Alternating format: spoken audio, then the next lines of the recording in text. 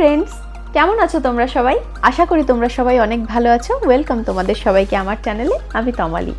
আজকে আমি তোমাদের সাথে 4টে লিপস্টিক হ্যাক শেয়ার করতে চলেছি, যার ফলে তোমরা যখন লিপস্টিক অ্যাপ্লাই করতে যাবে তোমাদের কিন্তু অনেক সুবিধা হবে। লিপস্টিক অ্যাপ্লাই করার সময় অনেকের অনেক রকম সমস্যা হয়, লিপ লাইনের বাইরে বেরিয়ে যায়, অনেক সময় এবড়ো খেবড়ো হয়ে যায়, অনেক সময় ম্যাট লিপস্টিক ইউজ করতে গেলে আমাদের লিপসগুলো খুব ক্র্যাকড হয়ে যায়, পরে ফাটা ফাটা হয়ে যায়, অনেক রকম সমস্যা হয় লিপস্টিক লাগানোর ক্ষেত্রে। তো এই সমস্যাগুলো যেন আর না হয় তার জন্য আমি তোমাদের সাথে শেয়ার করতে চলেছি লিপস্টিক হ্যাকস।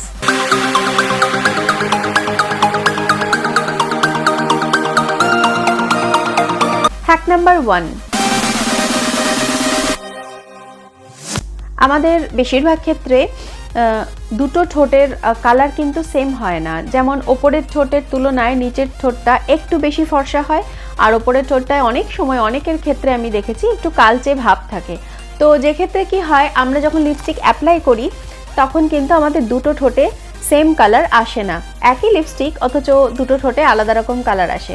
তো এর জন্য তোমরা কি করতে পারো?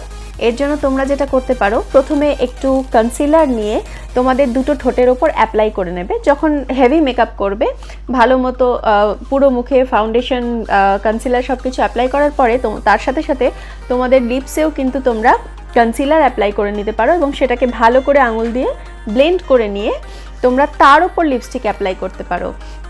সেক্ষেত্রে যেটা হবে, তোমাদের দুটো ঠোঁটের কিন্তু একই কালার আসবে লিপস্টিকের। হ্যাক নাম্বার 2, তোমরা অনেকেই আজকাল ম্যাট লিপস্টিক ইউজ করতে পছন্দ করো, আমি নিজেও করি। কিন্তু সেক্ষেত্রে একটা সমস্যা যেটা হয়ে দাঁড়ায় যে আমরা যখন ম্যাট লিপস্টিক অ্যাপ্লাই করি কিছুক্ষণ বাদে আমাদের ঠোঁটটা খুব ফেটে যায়, শুষ্ক হয়ে যায়। তো সেক্ষেত্রে আমাদের কি করার দরকার, কি করলে এই সমস্যাটা হবে না? তোমরা যদি মনে করে থাকো যে ম্যাট লিপস্টিক অ্যাপ্লাই করবে, তাহলে তার আগে তোমাদের যেটা করতে হবে, একটা যে কোনো পুরনো টুথব্রাশ নিয়ে সামান্য একটু ভ্যাসলিন নিয়ে লিপটাকে হালকা হালকা করে তোমরা কিন্তু স্ক্রাব করতে পারো। এবং এই স্ক্রাব করার ফলে যেটা হবে, তোমাদের লিপস থেকে যত ডেড সেলস আছে সেগুলো রিমুভ হয়ে যাবে এবং ঠোঁটটা খুব স্মুথ হয়ে যাবে আর হাইড্রেটেড হয়ে যাবে। এরপরে তোমরা যদি ভালো করে পরিষ্কার করে নিয়ে ঠোঁটটাকে তারপরে ম্যাট লিপস্টিক অ্যাপ্লাই করো, তাহলে দেখবে লিপস্টিকটা কিন্তু আর ফাটছে না এবং খুব স্মুথ হয়ে তোমাদের লিপসে কিন্তু অ্যাপ্লাই হয়ে যাবে। এরপরে হ্যাক নাম্বার 3, আমরা অনেক সময় কি করি, লিপ লাইনার অ্যাপ্লাই না করে লিপস্টিক অ্যাপ্লাই করতে যাই। এক্ষেত্রে কিন্তু লিপস্টিকটা খুব এবড়ো খেবড়ো হয়ে যাওয়ার সম্ভাবনা থাকে। তো লিপসের এজ ধরে খুব কেয়ারফুলি তোমরা যদি লিপ লাইনার অ্যাপ্লাই করে তারপরে লিপস্টিক অ্যাপ্লাই করো, তাহলে দেখবে লিপস্টিকটা অনেক সুন্দর লাগে দেখতে। এবং এক্ষেত্রে আরেকটা জিনিস আমি বলে রাখি, তোমরা যে কোনো লিপস্টিক অ্যাপ্লাই করার সময় যদি লিপ লাইনারটা লিপস্টিকের তুলনায় এক শেড ডার্কার ইউজ করো, তাহলে দেখবে লিপস্টিকটা দেখতে কিন্তু অনেক বেশি অ্যাট্রাকটিভ লাগে। Hack number 4,